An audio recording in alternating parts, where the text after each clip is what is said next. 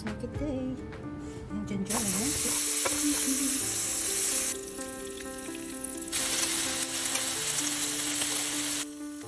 Ang ating sarap na breakfast.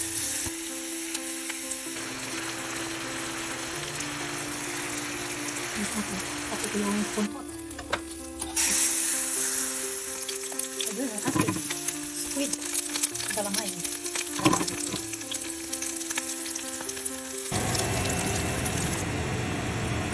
My fruit salad. How does it curry sound? 2 minutes. Perfect ang pagkaluto. Baked whiting fillet.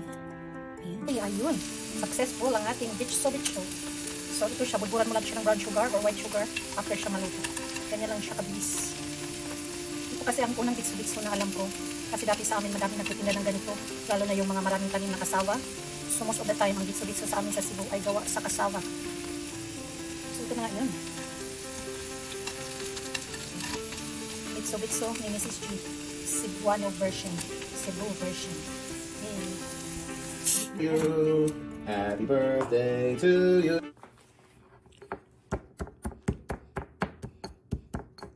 This is peanuts, walnuts, and cashew nuts. Ihalo na ko sa biko.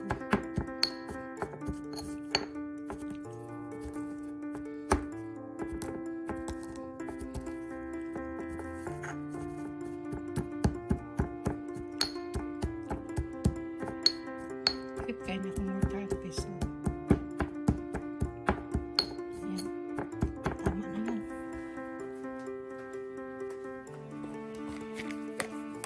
Para akong ground nuts. Mixed nuts. Ayun guys. Luto na ang akong biko.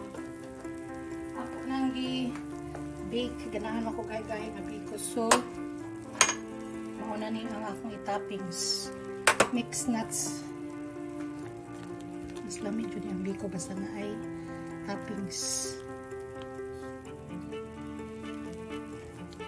Sa uban kay tibuok nga pamani ang ilang ibutan. Ang uban kanang gidugmok. So mao ni akong igamit. Akong gidugmok para mas lami.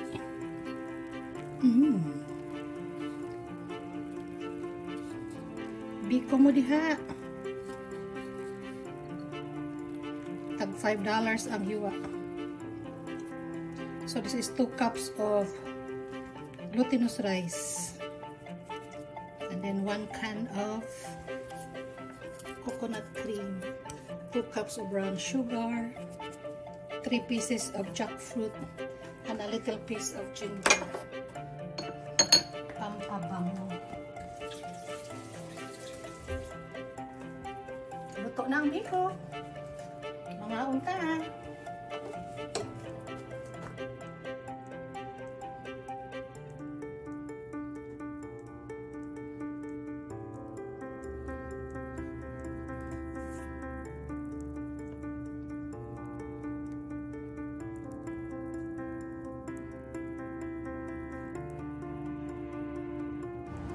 Okay, atin na ihiwa.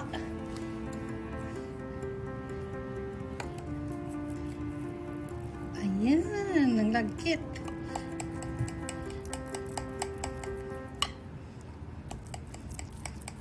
Sa gustong bumili dyan, mag-PM lang ilang hiwang gusto niyo.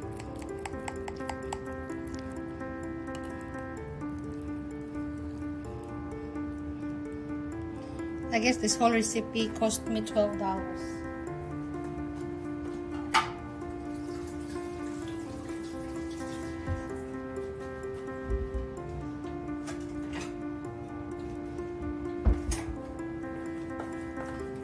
Kuha na tayo ng hiwa. Ayun. Very nutty. Aray, kunoy. Nutty biko.